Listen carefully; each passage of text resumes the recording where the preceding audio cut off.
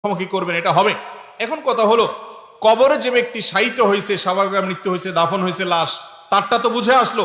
পানিতে ডুবে মারা গেছে, তার তো কবরে যাওয়ারই সুযোগ হয় নাই।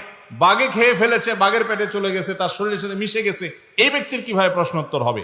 এর উত্তর হলো, আল্লাহ রাব্বুল আলামিন প্রত্যেকটা মানুষের শরীরের ধ্বংসাবশেষ যেটা যেখানে যে অবস্থা আছে ওই অবস্থায় প্রশ্নোত্তরের মুখোমুখি করবেন।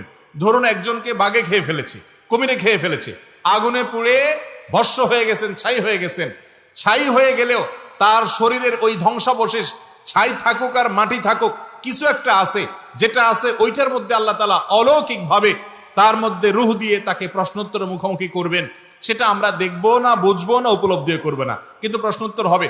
এই জন্য কোরআনে কারিমে আল্লাহ রাব্বুল আলামিন এটাকে বলেছেন বারজাখ, অমিন ওয়ারাইহিম বারজাখুন ইলা ইয়াউমি ইউবআসুন। মৃত্যুর পরে কিয়ামত কায়েম হওয়ার আগে যে জগৎটা আছে, এই জগৎটাকে বলা হয়েছে বারজাখ, মানে আড়াল। সেই জগৎটা হলো আড়াল আখিরাতের জন্য, ওই জগৎটা পার হয়ে মানুষ আখিরাতে যাবে। সেই বারজাখের জগৎটাতে কেউ কবরে থাকতে পারে,